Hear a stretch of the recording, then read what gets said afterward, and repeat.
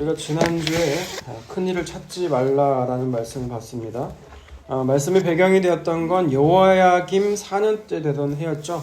하나님의 에레미야 선지자를 통해서 이스라엘뿐만이 아니라 예루살렘의 멸망뿐만이 아니라 그 주변의 모든 나라, 모든 민족들을 다 하나님께서 심판하시겠다고 하셨다는 거예요. 그리고 이 말씀을 누가 받아 적어요? 바룩이 받아 적죠. 에레미야를 통해서 하나님의 말씀을 받아 적으면서 에레미야가 당시에 감옥에 갇혔기 때문에 에레미야를 대신해서 사람들에게 말씀을 전한 건 누구였다고요? 바룩이었다고요. 그 과정 속에서 바룩은요, 불안했고 두려웠어요. 그래서 내가 어떻게 하면 이 심판과 이 위기로부터 내가 어떻게 살아남을 수 있을까 하는 마음이 들었다라는 거예요. 그 마음을 아시고 하나님이 뭐라고 하셨다고요? 너를 위해 큰 일을 찾지 말라라고 하셨다는 거예요. 사람이 살려고, 사람이 죽음이나 모든 심판 가운데, 위기 가운데 놓이면요, 사람은 살려고 하지 죽으려고 하지 않아요.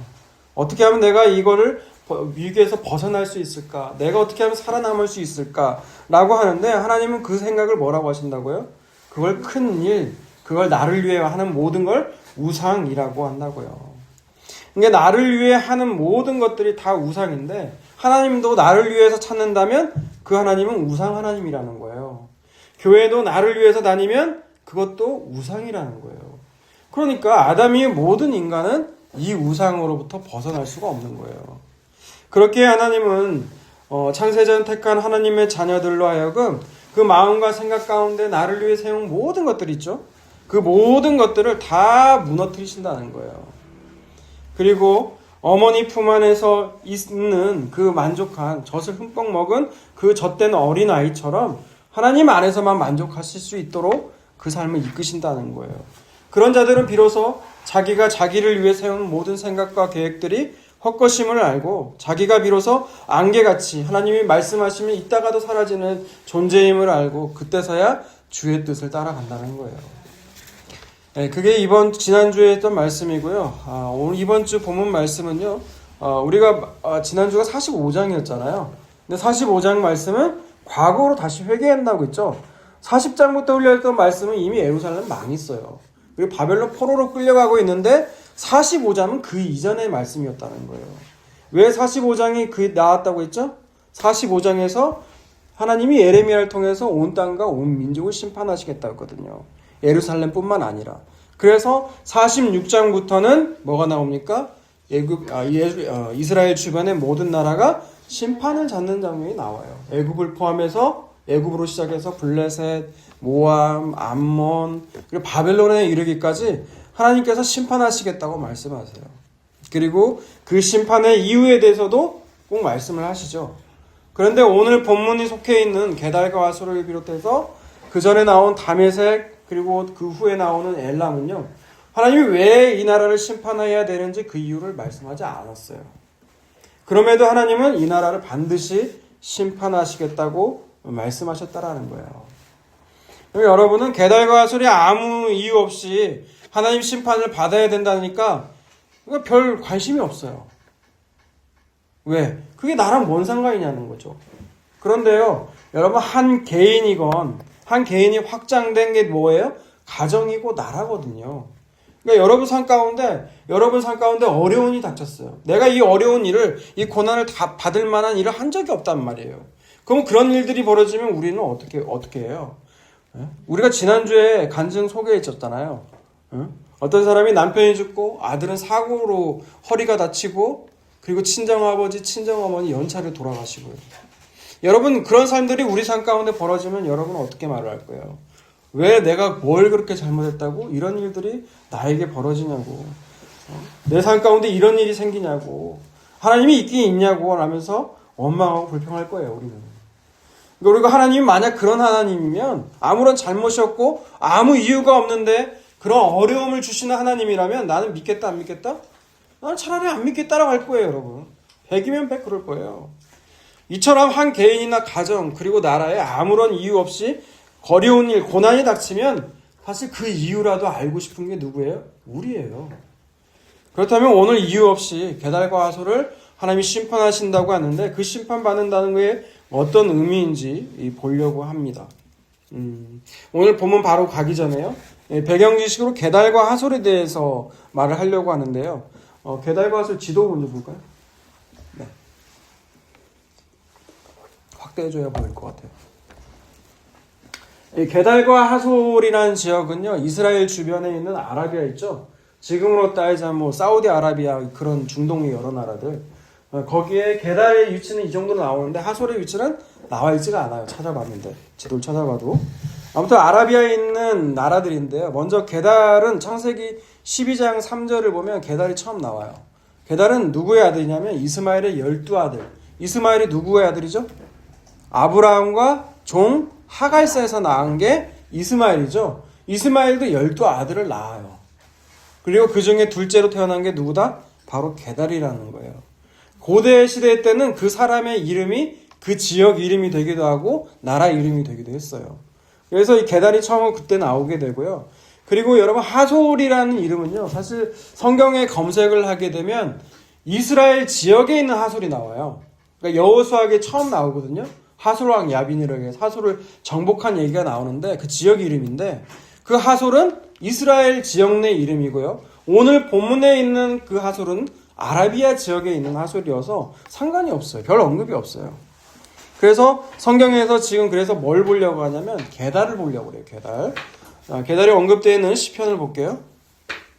시편 120편 5절에서 6절 말씀 읽어볼까요? 시작. 메색에 머물며 게달의 장막 중에 머무는 것이 내게 화로다. 내가 화평을 미워하는 자들과 함께 오래 거주하였도다.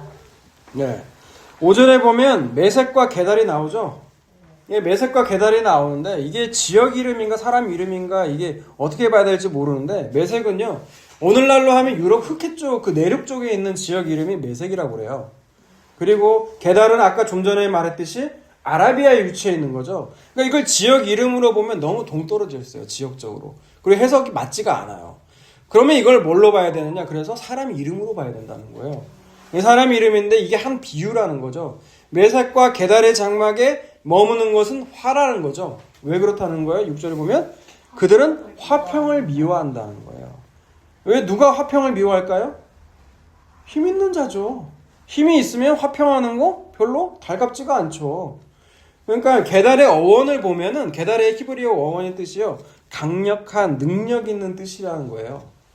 그러니까 이들은 유목민이면서 목축을 양육하지만 그 가진 식량이 부족하면 다른 사람의 것을 빼앗아야 되는 입장이라는 거예요. 그래서 이들은 활솜씨가 뛰어난 강력한 부족이어서 당시에 아라비아에 있는 주변에 있는 무역로를 힘으로 장악했다는 거죠. 그러니까 이런 걸 추론해 보면 사실 그렇게 얘기할 수 있어요. 게달이 하나님의 심판을 받는 것은 자신의 강력한 힘을 믿고 화평을 미워했기 때문에 심판을 받았다라고 말을 할 수가 있는데 근데 사실 이게 게달 시편 120편에만 나오는 말씀이고요. 나머지 게달에 관한 말을 찾아보면 이게 통일성이 없어요. 사실. 한번 볼게요. 아가서 1장 5절을 보세요. 예루살렘 딸들아 내가 비록 검으나 아름다우니 게달의 장막 같을지라도 솔로몬의 휘장과도 같구나. 네, 여기에도 시편 120편에 나온 게달의 장막이 나오죠. 여기서도 나라 지역 이름이 아니고 사람 이름이거든요. 여러 나라 지역은 아니고요. 근데 비유로 그 아가서가 뭘 그리고 있어요? 술람미 여인과 솔로몬의 그걸 비유로 얘기를 하고 있잖아요.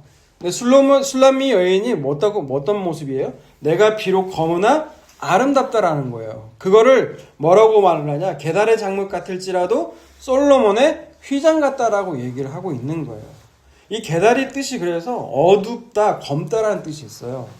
네. 왜 어둡다, 검다냐면 당시 그 게달의 장막, 아라비아 지역에 있는 장막은요, 염소 털로 짰거든요. 여러분 염소가 색깔이 보통 검은색이 많죠. 뭐 흰색도 있지만 그 검은색으로 짰기 때문에 어둡고 검고 볼품이 없는 모습이에요.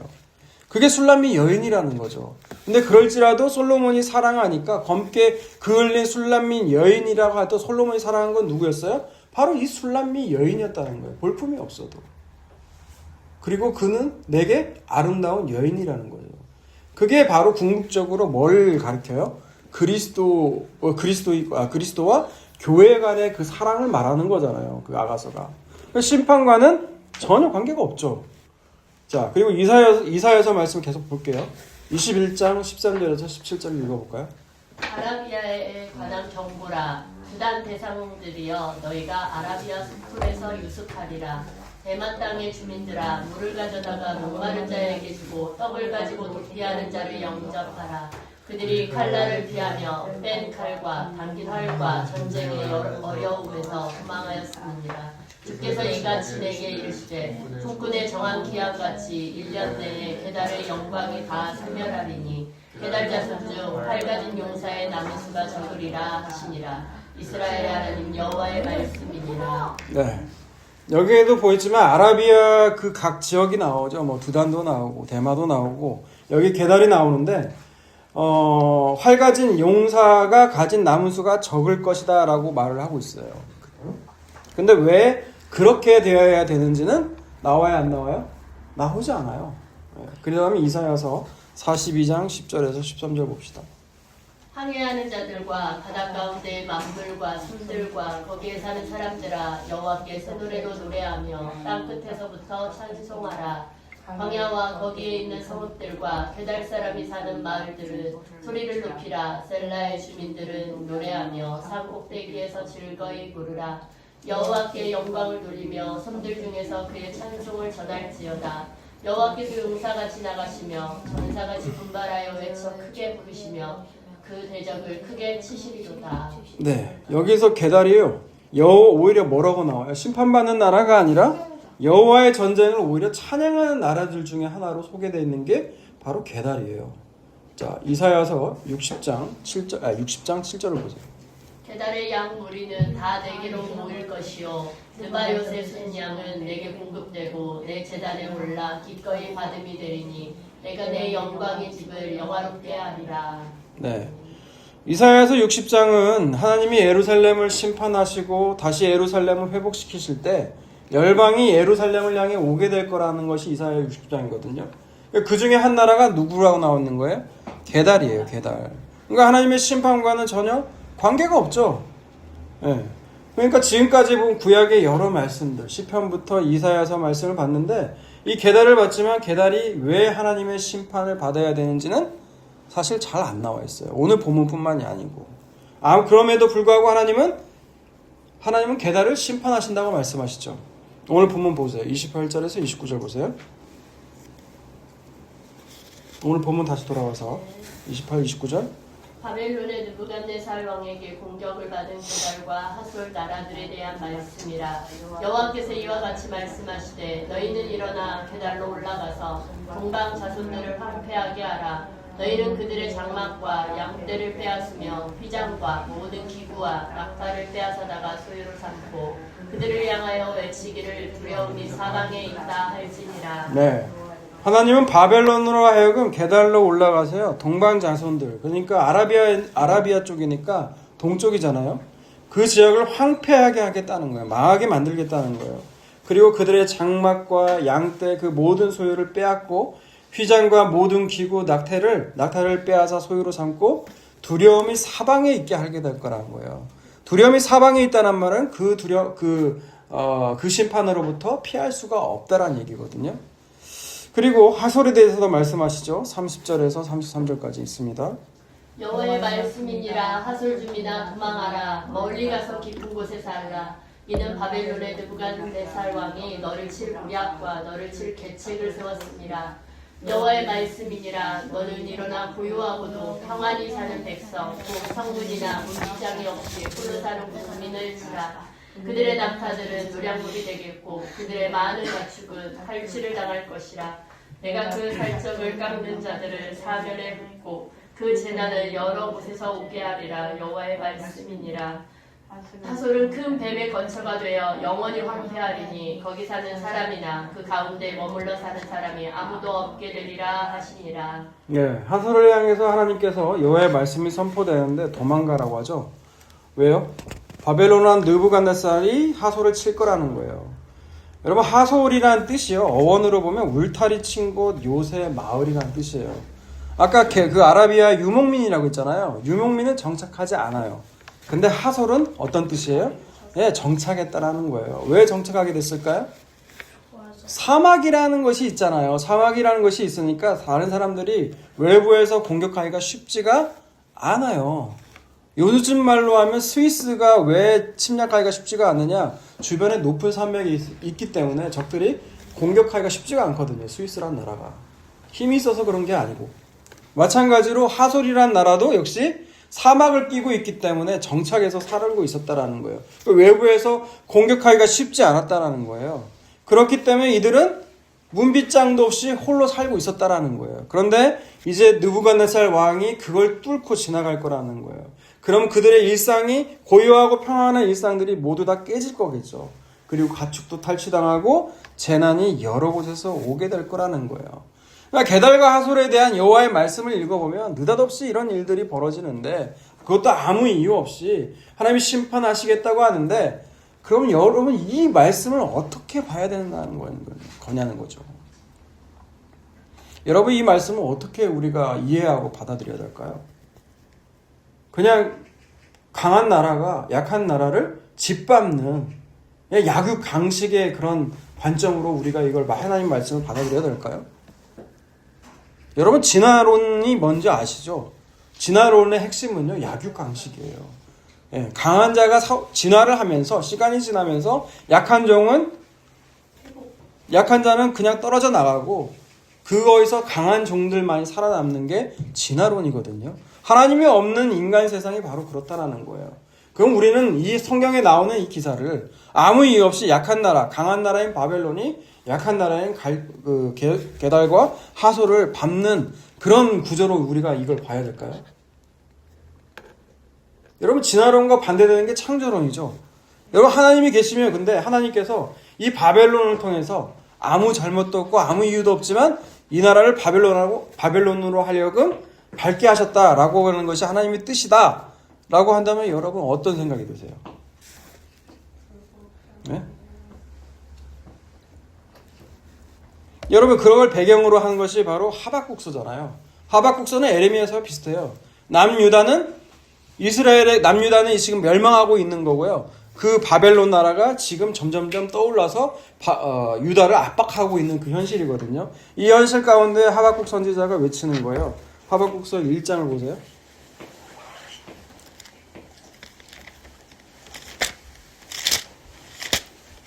하박국서 1장 2절에서 4절까지 봅니다. 여호와여 내가 부르짖어도 주께서 듣지 아니하시니 어느 때까지이까 내가 강포로 말미암아 외쳐도 주께서 구원하지 아니하시나이까 어찌하여 내게 죄악을 보게 하시며 해악을 눈으로 보게 하시나이까 겁탈과 강포가 내 앞에 있고 변론과 분쟁이 일어났나이다. 이러므로 율법이 해이하고 정의가 전혀 시행되지 못하오니 이는 악인이 의인을 애워쌌으므로 정의가 굳게 행하여 지니이다. 네, 하박국서 1장 2절에서 4절까지 읽어보면 어떤 내용이에요? 남유다가 지금 멸망당하고 있는 시점에 있고 그리고 바벨론에서 들고 일어나는 율법도 알지 못하는 그 이방 그 야만인이 일어나는 이런 현실 앞에서 하박국 선지자가 외치는 거죠. 악인이 왜 어찌 형통하고 의인이 고난받는다는 거예요. 하나님 말씀에 따라 살려는 사람에게는 고난이 닥치고 하나님이 없다고 사는 악인들은 하나님마다 잘 되냐는 거죠. 세상이 이처럼 불합리하기에 율법이 해이해지고 정의가 시행되지 않고 있지 않냐는 거예요. 이거 모두 다 하나님 책임 아니냐는 거죠. 이게 하박국이 하나님께 대한 항의예요. 이에 대한 하나님의 대답이 뭡니까? 하박국서 2장 3절과 4절을 보세요. 이 묵시는 정한 때가 있나니 그 종말이 속히 이르겠고 결국 거짓되지 아니하리라. 비록 더딜지라도 기다리라. 지체되지 않고 반드시 응하리라. 보라 그의 마음은 교만하며 그 속에서 정직하지 못하나 의인은 그의 믿음으로 말미암아 살리라. 3절에 보면 이 묵시는 정한 때가 있다라는 거예요. 하나님 말씀은 정한 때가 있다라는 거예요. 하나님은 그 때를 놔두고 움직이신다는 것이죠. 그 종말이 속히 이르겠고 결코 거짓되지 않겠다는 거예요. 비록 너희들 눈에는 더디게 이를지라도 반드시 하나님 말씀은 응한다는 거예요. 대답이 온다는 거죠. 그건 뭐예요? 악인은 결국 패망한다는 거예요. 시편 37편이나 73편 동일하게 악인의 형통과 의인의 고난에 대해서 시편의 기자도 똑같이 얘기했어요. 반드시 성전에 들어갈 때 비로소 묵시가 오게 되는데 뭐라고 와요? 반드시 악인은 반드시 그 심판받는 때가 반드시 온다는 거예요. 그러니 너희는 뭘로 살아? 믿음으로 살라는 거예요. 믿음으로 산다는 건 눈에 보이는 대로 지금 악인이 형통하고 의인이 고난받는 현실 그대로를 바라보고 살지 말라는 거예요. 하나님께서 반드시 심판을 이루시겠다는 거죠. 그런데 이런 믿음이 없는 자들은 어떻게 살까요?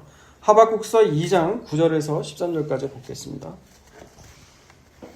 재앙을 피하기 위하여 높은 데 깃들이려 하며 자기 집을 위하여 부당한 이익을 취하는 자에게 화 있을진저 내가 많은 민족을 멸한 것이 내 집에 욕을 부르며 내 영혼에게 죄를 범하게 하는 것이 되었도다. 밤에서 돌이 부르짖고 집에서 들보가 응답하리라. 피로 성읍을 건설하며 불의로 성을 건축하는 자에게 화 있을진저 민족들이 불탈 것으로 수고하는 것과 나라들이 헛된 일로 피곤하게 되는 것이 만군의 여호와께로 말미암음이 아니냐. 9절에서 13절을 보면 재앙을 피하기 위해서 높은 데로 깃들인다고 한다는 거예요.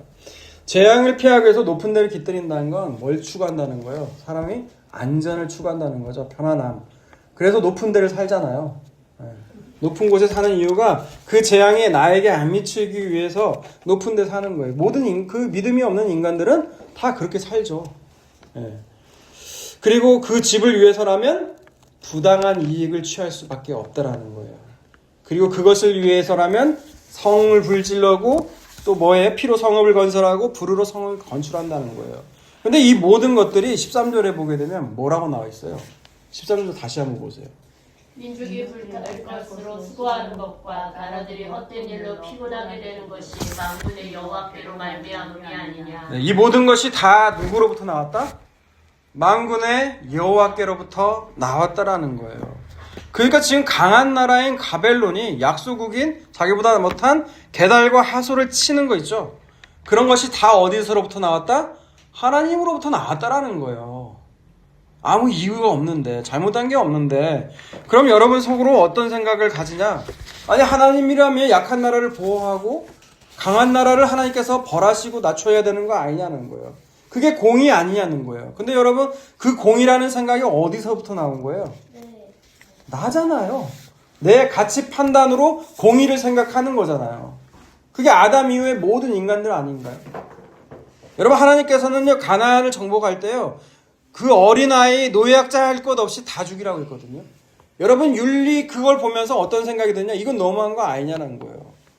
근데 그 생각이 누구로부터 나온 거예요? 나로부터 나왔잖아요. 여러분 그게 죄라는 거예요. 그게 죄예요. 그러니까 지금 하나님께서 그 바벨론으로 하여금 아무 잘못이 없지만 그 게달과 하솔을 치라는 건요. 모든 인간이 다 이런 죄 가운데 갇혔다는 거예요. 자기 선악간의 가치 판단 이런 모든 죄악에 지금 모든 인간이 다 포함되어 있다는 거예요. 그런데 이게 받아들여지냐는 거죠. 받아들일 수가 없죠. 그래서 예수님 뭐라고 말씀하세요? 마태복음 27장 46절 보세요. 제 음식쯤에 예수께서 크게 소리질러 이르시되 엘리 엘리 라마 사박다니 하시니 이는 곧 나의 하나님 나의 하나님 어찌하여 나를 버리셨나이까 하는 뜻이라. 예수님은 본인이 십자가 지실 걸 아셨어요. 그리고 하나님께 기도하시죠. 겟세마네에서 내 뜻대로 하지 마시고 아버지 뜻대로 하옵소서라고 했어요. 그 십자가를 지시는 것이 아버지의 뜻인지를 이제 아는데 예수님이 십자가를 지시면서 뭐라고 말씀하세요? 엘리 엘리 라마 사낙다니 뭐라고요? 나의 하나님 어찌하여 나를 버리시냐는 거예요. 여러분 그냥 예수님 조용히 돌아가시면 안 돼요? 그냥 속으로 그 말을 하더라도. 근데 왜 꼭 이 말을 해야 될까요? 바로 우리 때문에 그래요. 우리 때문에. 우리가 아무런 이유 없이 어려움이 닥치면 제일 먼저 나오는 게 뭐예요? 내가 뭘 그렇게 잘못해서 내가 뭘 그렇게 잘못해가지고 그러는 거잖아요. 저도 똑같아요. 저한테 이유 없이 아무런 이유 없이 지금도 그렇지만 그렇게 고난이 닥치고 힘든 일이 닥치면 우리 입에서 뭐가 나와요? 내가 하나님 그 정도로 뭘 잘못했습니까? 여러분 우리 입에서 그 말 나오잖아요. 그래서 예수님이 이 말 우리가 해야 될 말 이거 예수님이 지시고요. 그래서 죽으셨다는 거예요. 왜 하나님 나에게 이런 일이 닥칩니까? 내가 그렇게 뭘 잘못했다고요? 그 절기로 예수님이 대신 말씀하시고 죽으셨다라는 거예요. 그리고 하나님은 예수님이 엘리 엘리 라마 사박다니 말씀하실 때 하나님은 그 예수님의 절규에 대답하십니까? 하나님 대답하셨어요? 대답 안 하셨어요. 침묵하셨다고요. 마찬가지예요. 오늘날 그리스도인들에게 하나님 왜 내가 뭘 그렇게 잘못했다고 하나님 나한테 이런 일이 벌어져요 라고 말씀하실 때 하나님은 어떻게 하신다고요? 침묵하신다는 거예요. 우리 탄식과 부르짖음에. 그런데 우리는 그 과정 속에서 누구를 진짜 경험하게 되느냐? 우리를 위한 하나님이 나를 위한 하나님이 아니라 진짜 하나님이 그때 경험되어지는 거예요. 여러분 욥기서가 딱 그거잖아요. 욥도 어느 날 하루아침에 자기가 쌓은 모든 재산, 자식들 다 잃어버려요. 아무 이유 없어요. 그 속에서 욥은 원망했습니까? 처음 원망 안 하죠. 주신 분도 하나님이시니 취하신 분도 하나님이시다. 하나님을 찬송한다고 했어요. 그런데 욥의 세 친구들이 와서 뭐라고 그래요? 모든 일에는 다 이유가 있다라는 거예요. 네가 이유 없이 이런 일을 당하는 거 아니라는 거죠. 네 죄가 있다라는 거예요. 그러니 너 죄 지은 거 빨리 하나님한테 고백하고 회개하라는 거죠. 욥의 세 친구들이 다 똑같이 그 말을 했어요. 근데 욥은 끝까지 나는 그런 일 저지르지 않았다는 거죠. 그러면서 하나님을 내 눈으로 좀 볼 수 있으면 좋겠다. 그리고 그 하나님한테 내가 좀 따져야겠다. 내가 뭘 그렇게 잘못했냐는 거죠. 그리고 마침내 욥은 하나님을 만나요. 그리고 하나님이 욥에게 질문하시죠. 어떤 질문이요? 욥으로는 대답할 수 없는 질문들을 계속해서 말씀했어요. 그걸 2장에 걸쳐서 무려. 네가 하늘 지을 때, 땅을 지을 때 네가 어디 있었냐는 거죠. 너 바람이 어디서부터 와서 어디로부터 불어가는지 아냐는 거예요. 아기의 태가 어떻게 지어지는 줄 아냐는 거예요.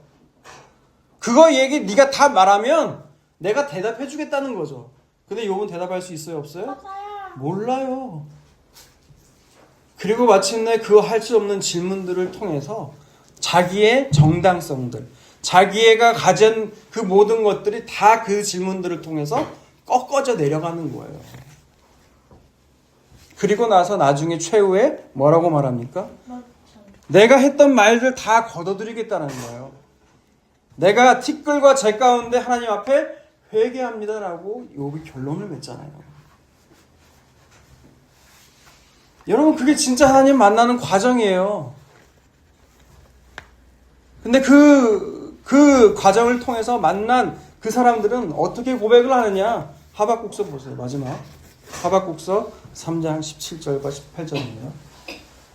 비록 무화과 나무가 무성하지 못하며 포도나무에 열매가 없으며 감람나무에 소출이 없으며 밭에 먹을 것이 없으며 우리의 양이 없으며 외양간에 소가 없을지라도 나는 여호와로 말미암아 즐거워하며 나의 구원의 하나님으로 말미암아 기뻐하리로다. 이 말씀을 처음 봤을 때 이 말씀이 되게 좋았거든요. 근데 지금 후회해요. 그 말씀 좋아했던 거. 왜냐하면 이 말씀이 어떤 말씀이냐? 감동이 되죠. 나는 여호와로 말미암아 즐거워하고 나는 나의 구원의 하나님으로 말미암아 기뻐하겠습니다라는 그 고백이요.